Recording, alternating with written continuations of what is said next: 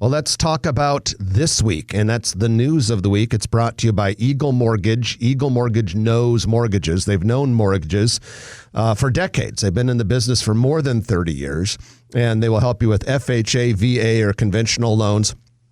Trent and I are constantly recommending people who are thinking about buying a house, go talk to Holly Schneiderwind and her team at Eagle Mortgage because they'll take good care of you. They tend to save borrowers a lot of money compared to those who go through some of the more traditional lending methods when it comes to buying a house. FHA, VA, conventional loans, you can stop by in person at 114th and Davenport, or find them online at eaglemortgagecompany.com. Well, Trenton, the big news this week was a really encouraging construction project for our community that's on the docket. Looks like Children's Hospital and Medical Center, along with some key partners, will be constructing a major pediatric mental health hospital. $89 million. That is not a small facility. It's going to be 103,000 square feet. In the perfect location in the center of Omaha, next to Children's Hospital. Yeah, the actual spot will be 8501 Dodge Street. That is where a building was recently demolished. The building most recently housed offices. Before that, it was the home for Nebraska Methodist College. It was kind of where a lot of the nursing students and allied health students worked and lived. And then before that, it was a hotel back in the 1960s. So that area has been cleared.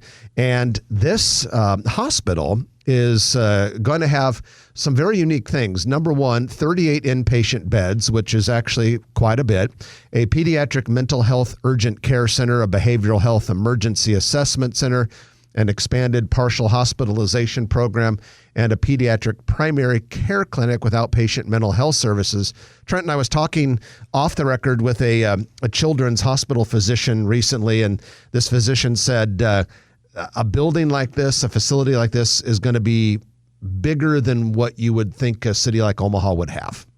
We'll take it. I'm sure we'll get a lot of families coming from other places. Yeah, and there's been such a shortage of pediatric mental health care services in this community, just like is the case in almost every community. Now, for some of you that might be thinking, hey, didn't we hear about something with pediatric mental health hospital in the past? Yes, there was some talk, maybe about a year ago.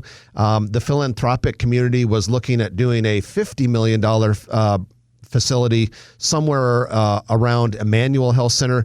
Well, the plans have changed, and it makes, everyone has said, a lot more sense for this to be at Children's. And from what we're hearing, a lot of the other healthcare provider organizations in the area will be helping, partnering, or contributing to this. Boys Town and others. Yeah, so projected to open in 2025, which is not terribly far away. So let's talk about the streetcar, and everyone's getting excited about this. A heck of a lot of work that goes into getting ready to start the streetcar construction. Construction won't begin until 2024, but so many moving parts and pieces are being taken care of now. Couple pieces of progress this last week. One, the new Streetcar Authority has identified 8th and Capitol Avenue, some land near 8th and Capitol Avenue, as a possible site for the maintenance building. You get this streetcar, you have to have a place to maintain them, clean them up, take care of them. And it looks like that's going to be in that area. Now, if you look at the area in the map, it's right kind of in the shadow of the Interstate 480 viaduct. So, it's my understanding that it's already city-owned land, or maybe Mecca controls it. And if you look at the map, it looks like it might be part of a parking lot that's kind of on the southeast side of the CHI Health Center, Omaha. So it's a good location for it. And it'll be right on the track. You know, the track's going to run from about the CHI Health Center along the 10th and 8th Street corridors down to Farnham, from Farnham out through Midtown Crossing and University of Nebraska Medical Center, back on Harney, through downtown Old Market back to 10th Street. So altogether, it'll have a little over 6 miles of track, but it'll only be a 3.1 mile route because some of it will be double tracked on different streets. And so that's coming along. Also, we found out that the Omaha streetcar system will likely require 6 actual vehicles. So 6 streetcar vehicles. My guess is you would probably have a few of them running at any time and maybe 1 or 2 in backup. Yeah. And maybe in the aforementioned maintenance facility or what have you. Other streetcar news.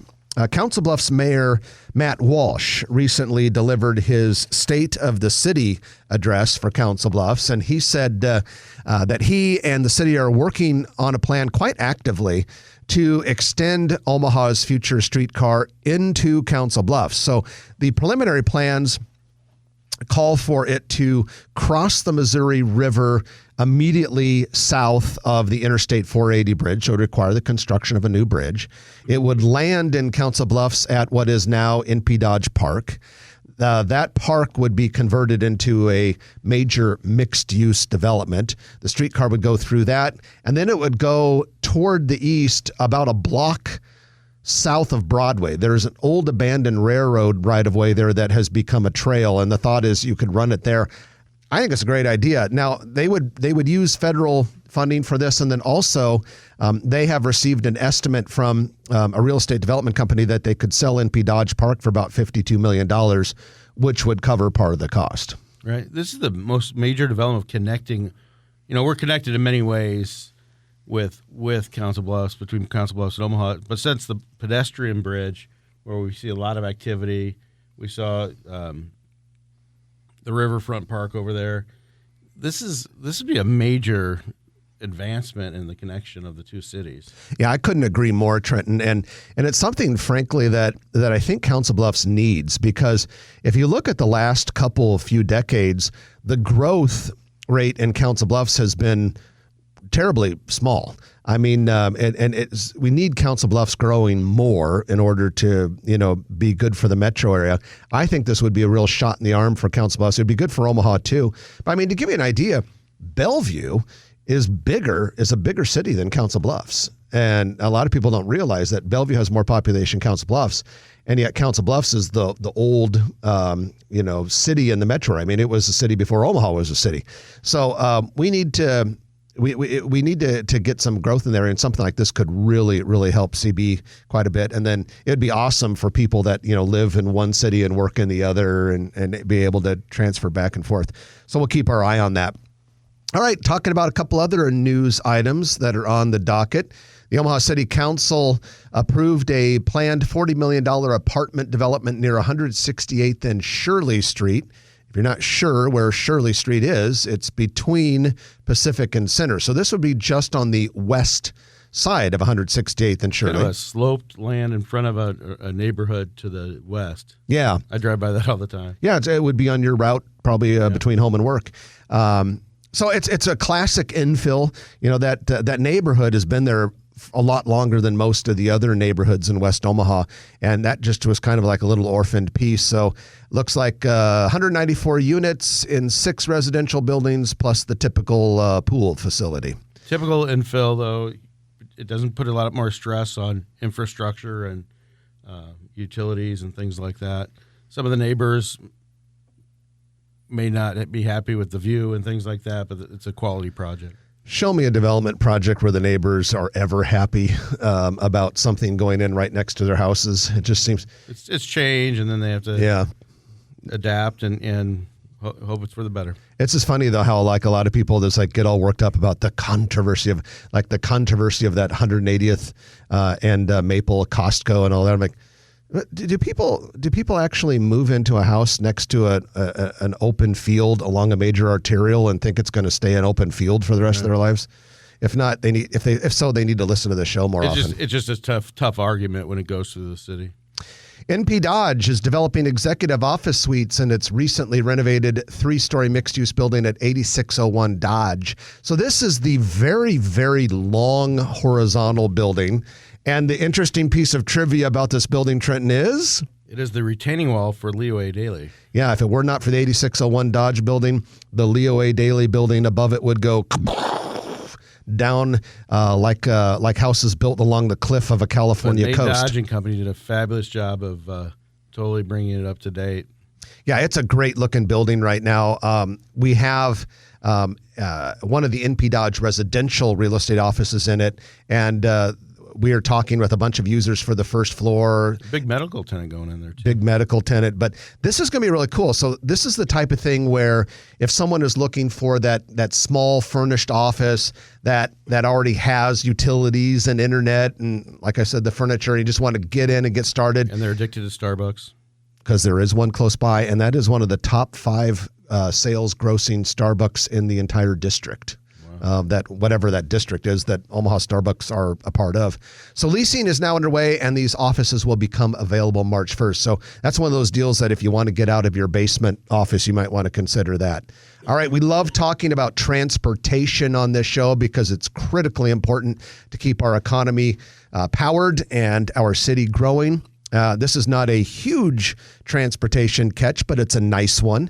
Minneapolis-based Sun Country Airlines will become Eppley International Airport's 8th airline when they begin twice-weekly service between Omaha and Minneapolis-St. Paul starting on May 26th.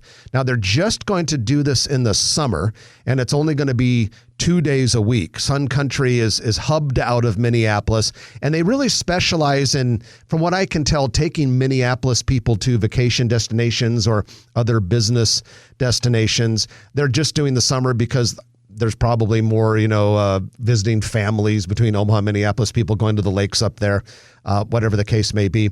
But it'll be they'll run a 737. So it's nice to get another airline. The other thing is Delta flies about 3 or 4, depending on the day, 3 or 4 direct flights from Omaha to Minneapolis-St. Paul every day. And I've always felt that the fares between Omaha and Minneapolis were awfully expensive compared to other destinations. Maybe something like this will help a little bit. I'll tell you what, it's good to see another airline, even if it is only just seasonal and a couple days a week.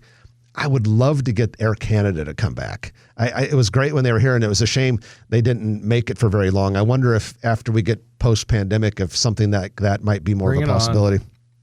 We'll certainly welcome them.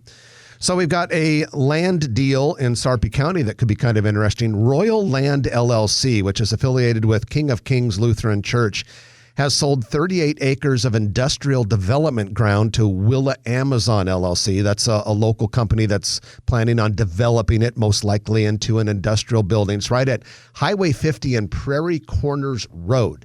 That's immediately north of the massive 2.1 million square foot Amazon Regional Distribution Center.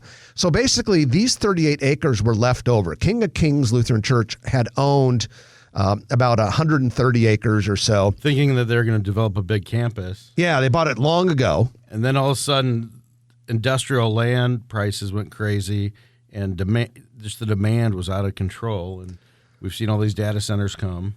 So the church presumably was thinking, hey, we might as well, get a massive increase in our value here. And kudos to Brian Hartman and Todd Schneiderwin in our office, who've worked for several years with King of Kings and helping them in the disposition of all these parcels. So we don't know for sure what's going to go on this 38 acres, but it's our belief and understanding that it'll probably be more industrial buildings. And it's a private developer, not Amazon. Right. So that's our news of the week, brought to you by Eagle Mortgage, eaglemortgagecompany.com. They know mortgages. If you like this video, be sure to hit those like and subscribe buttons. And remember, Grow Omaha is not just media. This is a mission. We are trying to build up Omaha and make it an even better place. We can only do that with your help. Share this video with your friends, neighbors, and family.